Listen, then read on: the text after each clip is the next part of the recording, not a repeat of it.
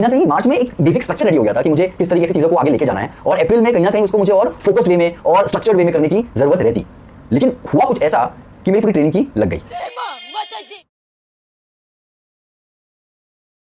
Hey guys, welcome back to my channel Unlock the Locked by Ashay. Please don't forget to like, subscribe, comment and share this video to the max you can. अप्रैल में प्राची को typhoid हो गया। उस दौरान उसको देखना, office, training सब कुछ करना डिफ़िकल्ट हो रहा था। कहीं ना कहीं मैं स्ट्रेंथ ट्रेनिंग ही कर पा रहा था और साथ में थोड़ी बहुत रनिंग और साइकिलिंग। स्विमिंग में तो ऑलमोस्ट ब्रेक लग गया था।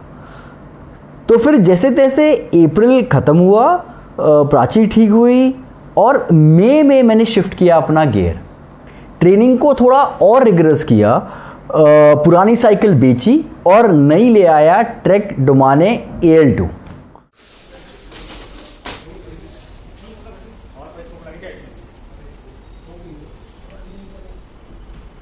तो यहाँ पे अगर मैं मार्च से मई के प्रोग्रेस की बात करूँ तो स्विमिंग में मतलब मैं स्टिल बेसिक ही कर पा रहा था। हाथ हिलाना, पाँव मारना, यही कहीं ना कहीं हो पा रहा था और 21 मीटर का लैप करने में भी मेरी जान निकल रही थी। तो स्विमिंग मेरे लिए कहीं ना कहीं एक चैलेंजिंग पार्ट लग ही रहा था कि यार ये कैसे निकलेगा मेरा। यहाँ पे स्पीड को ट्रैक करना, ये सब करना, कितने टाइम में ख़त्म कर पा रहा हूँ, वो मुझसे स्विमिंग में हो ही नहीं पा रहा था। फिर बात करते हैं रनिंग की। रनिंग में मेरी स्पीड थोड़ी इम्प्रूव हुई।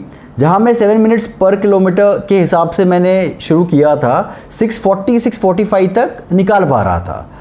और साइकिलिंग में जो पहले की स्पीड के हिसाब से यहाँ स्पीड भी इम्प्रूव हुई। 20-22 किलोमीटर पर आवर पे स्पीड भी आने लग गई धीरे धीरे। और कहीं ना कहीं मैं वो न्यू रोड बाइक पे अपने आप को कंफर्टेबल कर पा रहा था। तो इस दौरान कहीं ना कहीं मेरे दिमाग में ये भी था कि अब क्या, बिकॉज अगर मैं अपना ये प्रोग्रेस देखूं तो ये प्रोग्रेस था भी और नहीं भी। लेकिन हाँ, good part was things were moving at least.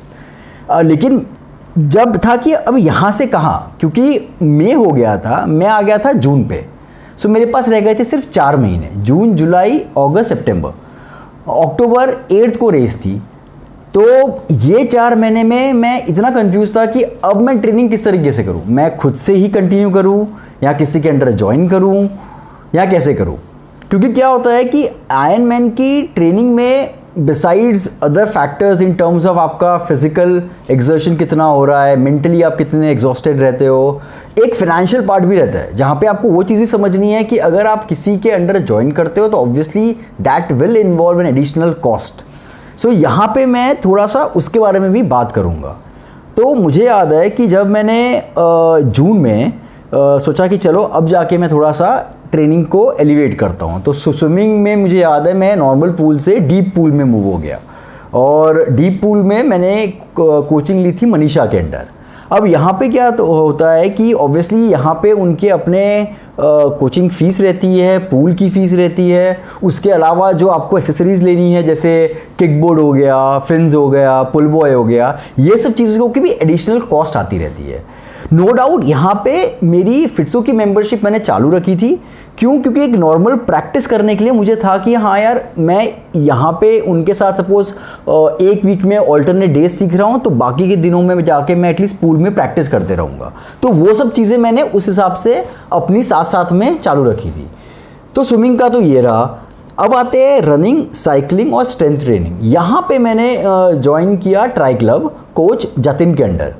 अब इसमें क्या था कि रनिंग तो चलो नॉर्मल मेरे शूज़ थे, उसी में मतलब रनिंग शूज़ ही थे वो, तो उसमें मैंने रनिंग अपनी कंटिन्यू की, प्रैक्टिस भी उसमें करी।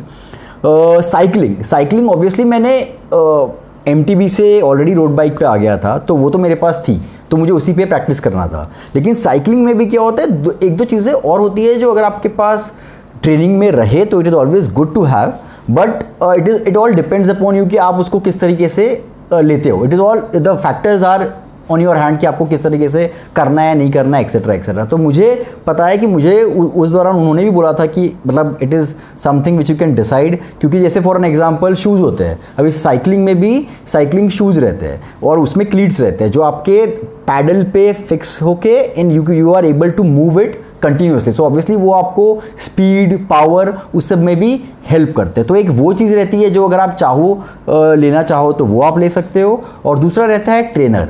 ट्रेनर भी ऑब्वियसली एक comes with an additional cost, but on the other side of it आजकल की रोड्स ऐसी है तो कहीं ना कहीं एक सेफ्टी हमेशा से इशू रहता है, प्लस वेदर कंडीशंस, क्योंकि आपको अगर जून जुलाई अगस्त का मैं पीरियड देखूं तो कहीं ना कहीं बारिश होती रहती है, तो वो भी आपको दिमाग में रखना है। लेकिन यहाँ पे कहीं ना कहीं मेरा भी समझना था और कोच का भी मानना था कि हाँ अभी टाइम हमारे पास उतना है नहीं कि अभी हम लोग ट्रेनर पे लाके ट्रेनर पे सीखेंगे और फिर जाके रोड पे सीखेंगे and so on and so fourth.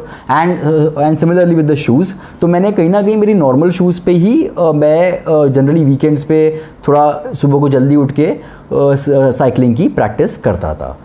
तो ये हो गया साइकिलिंग का। और स्ट्रेंथ ट्रेनिंग भी मेरे उनके वहाँ चल रही थी। स्ट्रेंथ ट्रेनिंग ऑब्वियसली थोड़ी कम हो गई थी फ्रॉम जून ऑनवर्ड्स, बिकॉज वहाँ पे more focus was on endurance. So ये वो कहीं ना कहीं ये 3 स्पोर्ट पे ज़्यादा फोकस था। स्ट्रेंथ ट्रेनिंग हफ्ते में 1 आध दिन रहती थी। तो ये पूरा सिनेरियो था।